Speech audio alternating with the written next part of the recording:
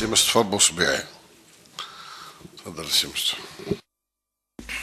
شكرا سيد الرئيس. بسم الله الرحمن الرحيم، والصلاة والسلام على أشرف المرسلين. سيد الرئيس المجلس الشعبي الوطني المحترم، معالي سيد الوزير، السيدات والسادة النواب الأكارم، السلام عليكم. أستهل مداخلتي سيد الرئيس حول المنازعات الطبية والمنازعات التقنية ذات طابع طبي، وأود الإدلاء برأيي حول مشروع هذا القانون الذي يشكل تقدما كبيرا من حيث أنه يتكفل بإزالة بعض الصعوبات التي يعاني منها حاليا المؤمنون وهيئة الضمان الاجتماعي في آن واحد. أولا، إنني ألاحظ أن مشروع القانون يحدد بأكثر دقة نوع المنازعات المقصودة، ويأتي بتعديلات جديرة بالملاحظة لا من حيث الطعن التي تختلف باختلاف طبيعة الخصومات، ولا من حيث الإجراءات الخاصة بكل طريقة. فبالنسبة للمنازعات الطبية، فإن الإجراءات الخبرة الطبية مقترحة هي في نظرنا أكثر تكييفا مع الواقع، لا سيما فيما يتعلق بكيفية تعيين الخبير، حيث أن يؤخذ بحق المؤمن الاجتماعي في استعانة بطبيب المعالج لاختيار خبير من بين ثلاثة يعرضون عليه قبل هيئة الضمان الاجتماعي. كما أن أجال الخبرة وتسليم تقارير ذات صلة مكيفة هي أيضا مع الواقع الوطني.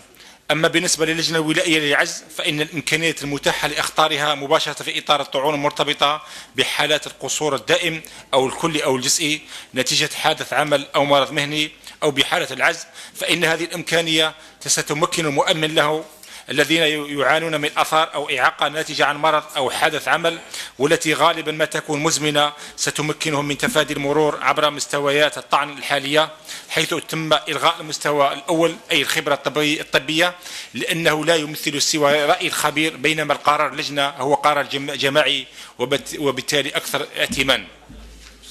وبالنسبة لهيئات الضمان الاجتماعي، فإن هذه الإجراءات الجديدة ستساعدها في تدعيم جهاز الترشيد النفقات المعروفة بنفقات الأخطار الثقيلة، وذلك في حالة الاحتراز على قراراتها.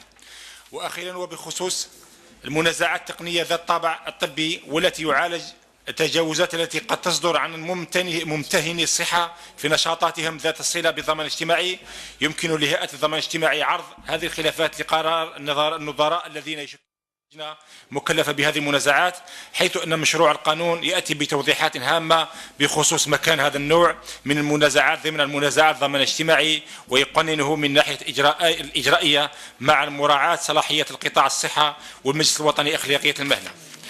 وتدخل هذه الإجراءات وغيرها من إجراءات سابقة في إطار تطوير قطاع منظومة الضمان الاجتماعي الرامي إلى تطوير وعصرنة منظومته وهياكله وعمله، والتحولات السياسية والاقتصادية والاجتماعية التي تعرفها البلاد تحت مظلة صاحب الفخامة السيد عبد العزيز بوتفليقة، بغرض إيجاد حلول ملائمة في جميع القطاعات التي لها علاقة مباشرة بالمواطن وبازدهاره وتطوره ورخائه.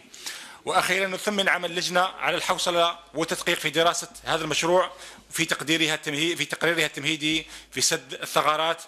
وأخيرا، التحية الخاصة لمعالي السيد وزير التشغيل والضمان الاجتماعي المحترم، والسلام عليكم. شكرا سي بوصبيع.